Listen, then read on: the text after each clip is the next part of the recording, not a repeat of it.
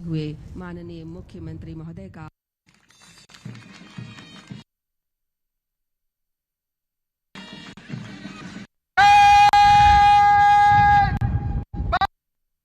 एक 25वीं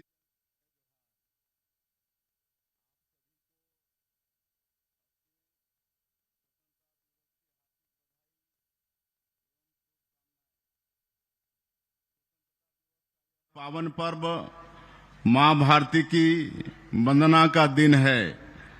आज हम भारत माता के उन सभी महान सपूतों को नमन कर रहे हैं जिन्होंने देश की आजादी के लिए अपना सर्वस्व न्यौछावर कर दिया।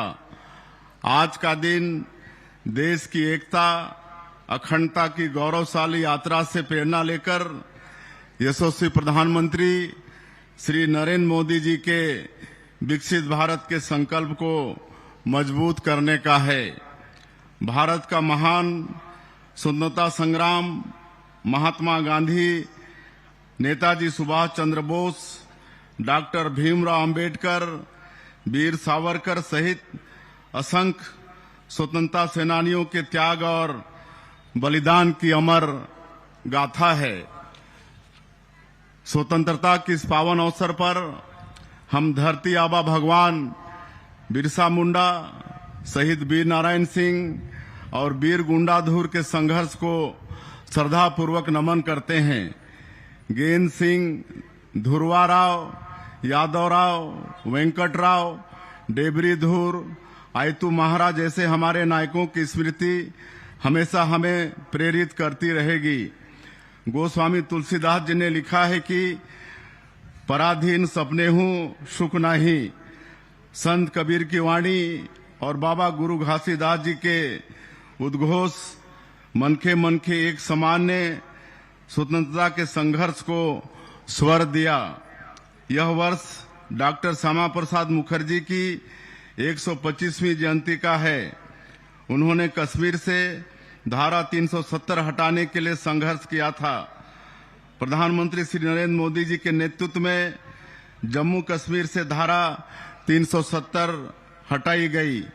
हमने भी छत्तीसगढ़ में समान नागरिक संहिता लागू करने की दिशा में कदम बढ़ाया है। स्वतंत्रता दिवस की यह वर्षगांठ कई अभूतपूर्व उपलब्धियां लेकर आई है। प्रधानमंत्री श्री नरेंद्र मोदी जी के साहसिक नेतृत्व में नक्सल मुक्त भारत का संकल्प पूरा हो चुका है। आज पूरा देश वामपंथी उग्रवाद को जड़ से उखाड़ फेंकने वाले हमारे वीर जवानों के पराक्रम तथा उनकी शहादत को नमन कर रहा है। माओवाद से मुक्त होकर बस्तर के हर कोने में लोग तिरंगा यात्रा के जरिए स्वतंत्रता का उत्सव मना रहे हैं। बस्तर की सर्वांगीण प्रगति प्रधानमंत्री श्री नरेंद्र मोदी जी के नेतृत्व वाली डबल इंजन सरकार के सबसे बड़े लक्ष्यों में शामिल है। इसका जीवंत उदाहरण है जगदलपुर में राष्ट्रीय स्तर की मध्य क्षेत्रीय परिषद की 26वीं बैठक का आयोजन, जिसमें केंद्रीय गृह मंत्री श्री अमित शाह जी सहित 4 राज्यों के मुख्यमंत्रियों ने सहभागिता की। अब बस्तर के नवनिर्माण का स्वर्णिम समय है। नियत नेलानार 2.0 और बस्तर मुन्ने अभियान के जरिए हम विकास योजनाओं को अंतिम व्यक्ति तक पहुंचा रहे हैं। 31 योजनाओं और 14 सामुदायिक सुविधाओं के 100% सैचुरेशन से हम बस्तर संभाग के 39 लाख से अधिक लोगों को लाभान्वित कर रहे हैं। बस्तर में नक्सल हिंसा के चलते बंद पड़े स्कूलों को हमने दोबारा प्रारंभ कराया। साथ ही 36 नए स्कूल भी स्वीकृत किए हैं। ओरछा और जगरगुंडा जैसे सुदूर क्षेत्रों में हम एजुकेशन सिटी विकसित कर रहे हैं। मुख्यमंत्री स्वस्थ बस्तर अभियान के माध्यम से हमने बस्तर के 34 लाख से अधिक लोगों की स्वास्थ्य जांच कर उनकी हेल्थ प्रोफाइल तैयार की है। बस्तर में अभी 85% परिवारों की मासिक आय 15,000 रुपये से कम है। लगभग 10 लाख परिवारों की आय बढ़ाने के लिए 4,824 करोड़ रुपए की आजीविका उन्नयन योजना तैयार की गई है। सुरक्षा कैंप अब सेवा और विकास के केंद्र बन रहे हैं। वीर गुंडाधुर के गांव नेतानार से शुरू हुए सेवा डेरा में नागरिक सुविधाओं के साथ कौशल विकास और उद्यमिता को बढ़ावा दिया जा रहा है। बस्तर में इंफ्रास्ट्रक्चर की मजबूत बुनियाद रखी जा रही है। सौर ऊर्जा से ऊर्जीकृत 461 गांवों को ग्रिड आधारित प्रणाली से जोड़ रहे हैं। 234 अंदरूनी बसाहटों को मुख्य सड़क से जोड़ने के लिए हम सड़कें बना रहे हैं।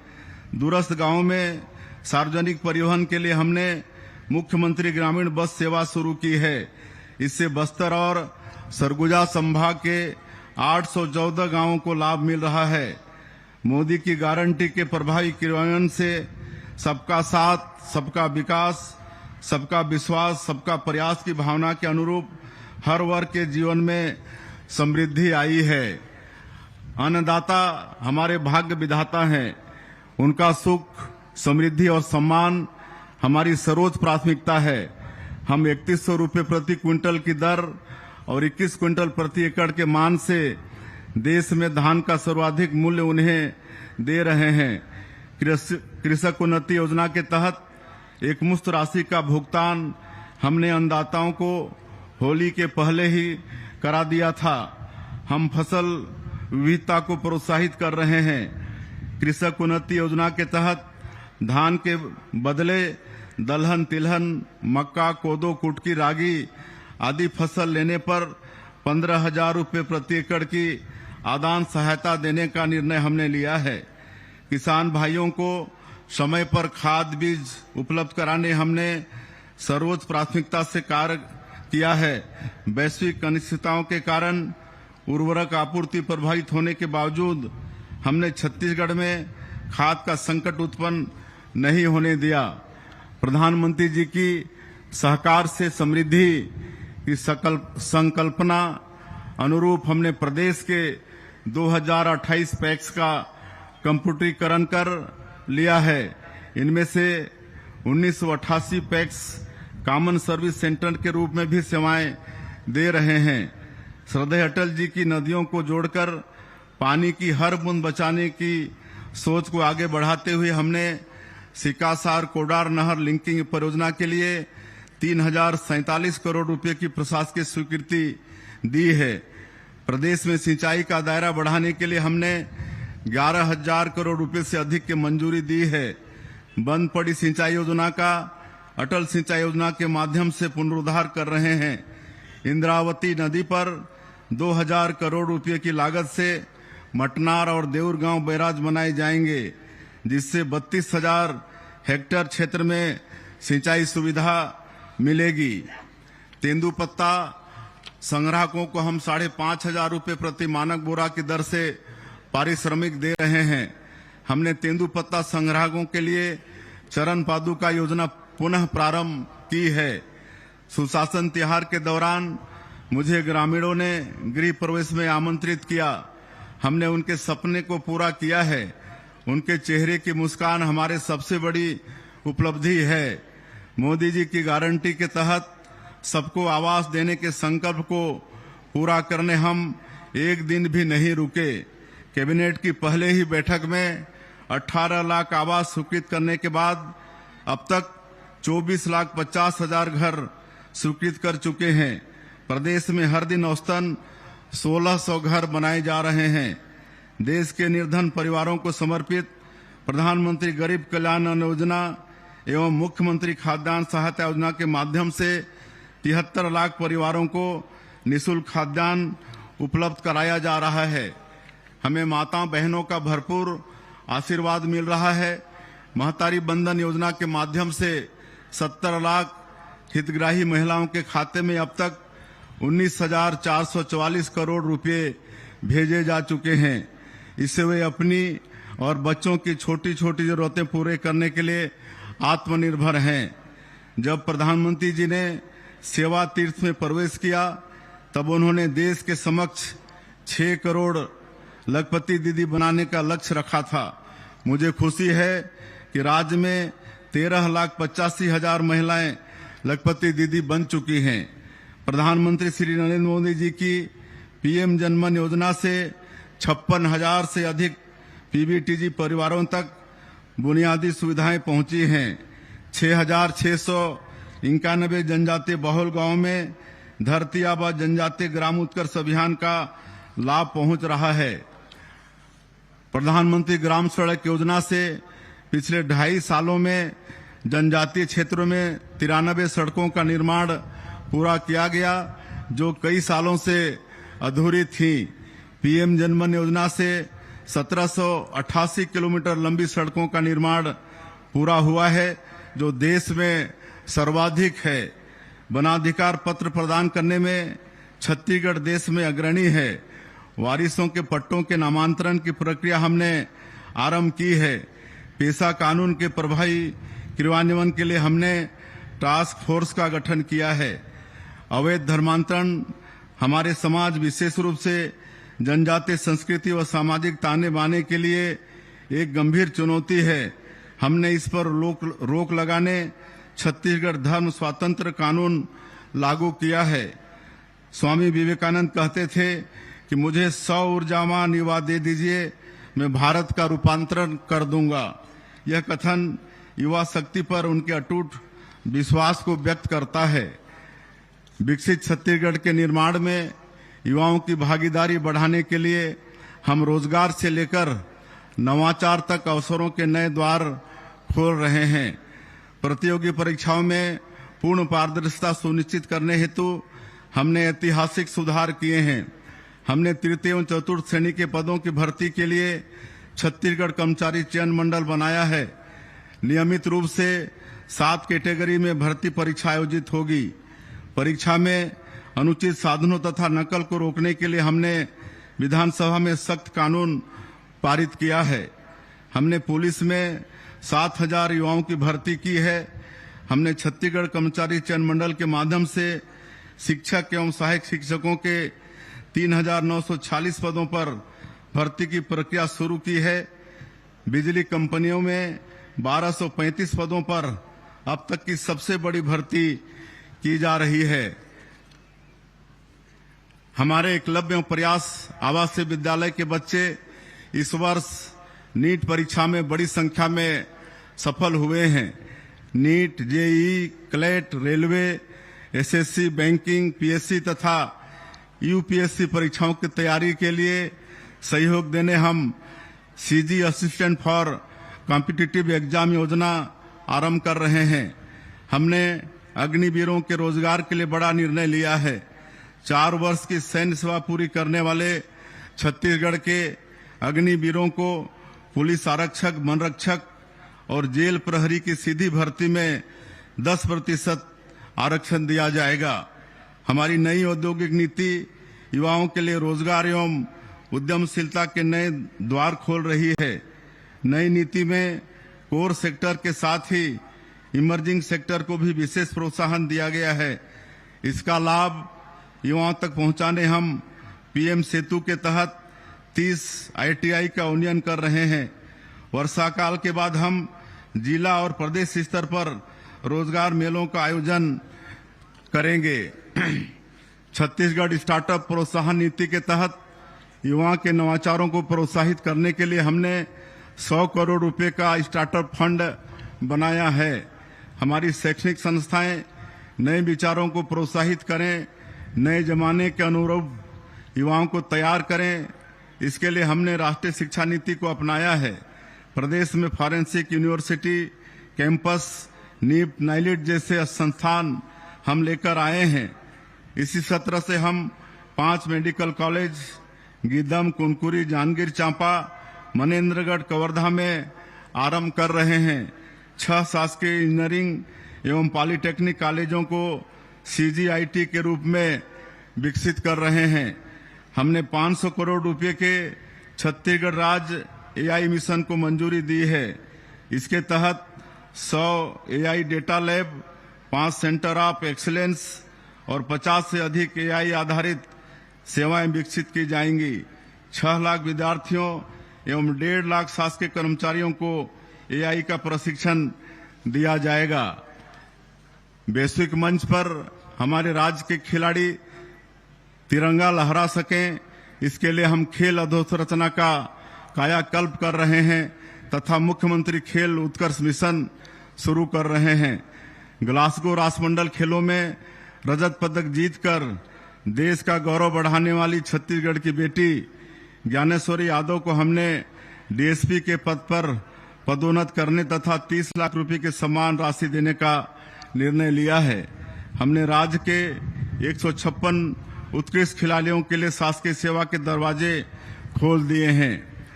देश के पहले खेलो इंडिया टेबल गेम्स की मेजबानी हमें मिली। बढ़िया खेल हुए और तय हुआ कि अगले साल छत्तीसगढ़ में ही इन खेलों का आयोजन होगा। स्वास्थ्य एवं सामाजिक सुरक्षा के लक्ष्यों को प्राप्त करने की दिशा में भी हम तेजी से बढ़ रहे हैं।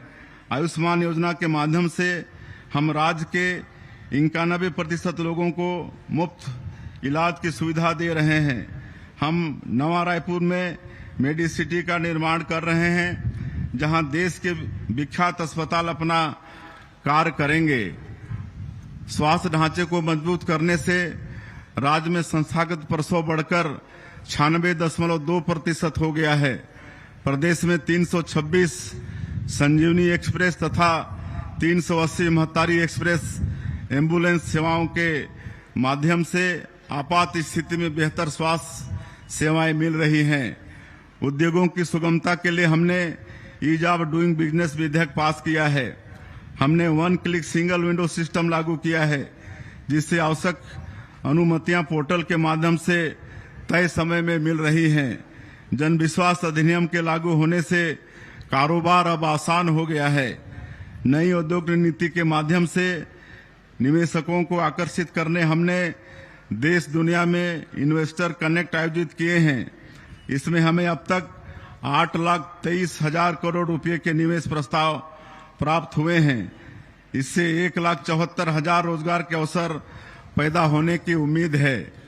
इस नीति के माध्यम से टेक्सटाइल जैसे बड़े पैमाने पर रोजगार देने वाले क्षेत्रों में निवेश हो रहा है। नवा रायपुर में प्रदेश की पहली गारमेंट इकाई स्विफ्ट टेक्सटाइल का भूमि पूजन हुआ है। इससे 4600 से अधिक युवाओं को रोजगार मिल सकेगा। मुंगेली में भारत अर्थ मूवर्स लिमिटेड का प्लांट स्थापित किया जाएगा। हम प्रदेश में 23 नए औद्योगिक क्षेत्र स्थापित करने जा रहे हैं।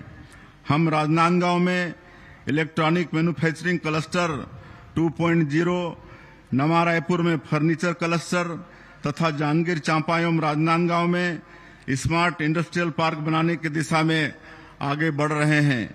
हम देश का पहला AI SEZ बना रहे हैं। साथ ही AI डेटा सेंटर भी स्थापित हो रहा है। रायपुर, नवा रायपुर, दुर्ग, भिलाई को लेकर हमने स्टेट कैपिटल रीजन बनाया है। भविष्य की ऊर्जा जरूरतों को पूरा करने के लिए उत्पादन, पारेषण और वितरण तीनों ही मोर्चों पर हम दीर्घकालिक रणनीति बनाकर काम कर रहे हैं। हमने एनर्जी समिट किया, जिसमें 3,50,000 करोड़ रुपए से अधिक के निवेश प्रस्ताव प्राप्त हुए हैं, जिन पर काम हो रहा है। आर्थिक कठिनाई के कारण कोरोना काल में बहुत से उपभोक्ता बिजली बिल का भुगतान नहीं कर पाए थे। हमने मुख्यमंत्री बिजली बिल भुगतान समाधान योजना के माध्यम से 12 लाख से अधिक उपभोक्ताओं का 910 करोड़ रुपए का सरचार्ज माफ किया है। पावर ट्रांसमिशन कंपनी के ढांचागत विस्तार तथा आधुनिक तकनीक को अपनाने हमने IPO लाने का निर्णय लिया है। प्रदेश के 90,000 से अधिक उपभोक्ता प्रधानमंत्री सूर्य घर मुफ्त बिजली योजना का लाभ ले रहे हैं। केंद्र के साथ ही हमारी सरकार द्वारा भी सब्सिडी देने से यह योजना और भी आकर्षक हो गई है। भारतमाला सड़कें हमें देश के प्रमुख व्यापारिक केंद्रों से जोड़ रही हैं। रायपुर विशाखापट्टनम एक्सप्रेसवे और रायपुर धनबाद इकोनॉमिक कॉरिडोर प्रदेश के विकास को नई ऊंचाई देगी। रावघाट जगदलपुर जैसे रेल नेटवर्क पर काम होने से बस्तर तेजी से प्रगति की दिशा में बढ़ेगा। CG वायु योजना के माध्यम से हम प्रदेश के सभी प्रमुख हवाई अड्डों में हवाई सेवा का विस्तार कर रहे हैं। राज्य में विमानन प्रशिक्षण का ढांचा खड़ा करने हम फ्लाइंग ट्रेनिंग ऑर्गेनाइजेशन की स्थापना कर रहे हैं। दूरस्थ और पहुंचविहीन क्षेत्रों में कनेक्टिविटी का विस्तार करने प्रदेश में 2.5 सालों में 829 मोबाइल टावर स्थापित किए गए हैं। भारत नेट 3.0 योजना के माध्यम से 5,659 ग्राम पंचायतों को हाई स्पीड इंटरनेट से जोड़ा जाएगा। आदर्श शहर समृद्धि योजना के माध्यम से हम 32 नगर पालिका और नगर पंचायतों में नागरिक जीवन को सुगम और सुरक्षित बनाने